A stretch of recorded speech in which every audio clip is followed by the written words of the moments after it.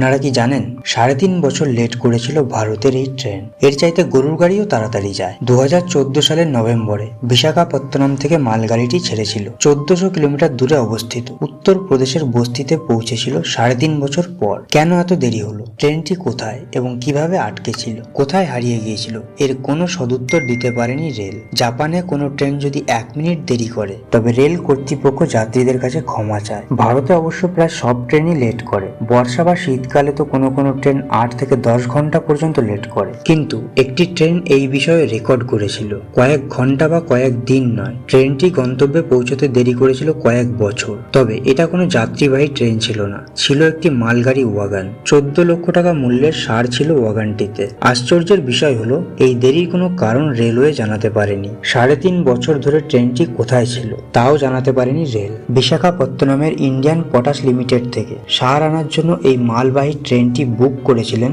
রামচন্দ্র নামে উত্তরপ্রদেশের বস্তির এক ব্যবসায়ী। ২০১৪ সালের নভেম্বরে বিশাখাপত্তনম থেকে মালগাড়িটি ছেড়েছিল। বিশাখাপত্তনম থেকে বস্তির দূরত্ব ১৪০০ কিলোমিটার। সাধারণত এই দূরত্ব অতিক্রম করতে কোনো মালবাহী ট্রেনের ৪২ ঘন্টা ১৫ মিনিটের মতো সময় লাগে, কিন্তু এই ট্রেনটি লেগেছিল ৩.৫ বছর। ট্রেনটি বস্তি স্টেশনে পৌঁছেছিল ২০১৮ সালে। ট্রেনটি সময় মতো বস্তিতে না পৌঁছানোর জন্য রামচন্দ্র গুপ্ত ভারতীয় রেলের সঙ্গে কোনো রকম যোগাযোগ করেনি। বস্তি রেল স্টেশনে গিয়ে রেল আধিকারিকের সঙ্গে বারবার দেখা করেন। ইন্ডিয়ান পটাশ লিমিটেড সংস্থার পক্ষ থেকেও রেলের কাছে একাধিক লিখিত অভিযোগ জমা দেওয়া হয়। রেলের পক্ষ থেকে কোনো ব্যবস্থা নেওয়া দূরের কথা, ট্রেনটি কোথায় আছে তাও জানাতে পারেনি এই ব্যবসায়ীকে। ট্রেনটি যেন উধাও হয়ে গিয়েছিল। বিশাখাপত্তনম থেকে রওনা হওয়ার পর মালগাড়িটি কোথায় চলে গেল সেই উত্তর দিতে পারেনি কেউ, কোনো ব্যাখ্যা দিতে পারেনি রেলও। দীর্ঘ তদন্ত ও অনুসন্ধানের পর প্রায় ৩.৫ বছর পর ২০১৮ সালের জুলাই মাসে উত্তরপ্রদেশের বস্তি রেল স্টেশনে পৌঁছেছিল সার বোঝাই ওয়াগনটি। তবে ততদিনে সবটাই নষ্ট হয়ে গিয়েছিল।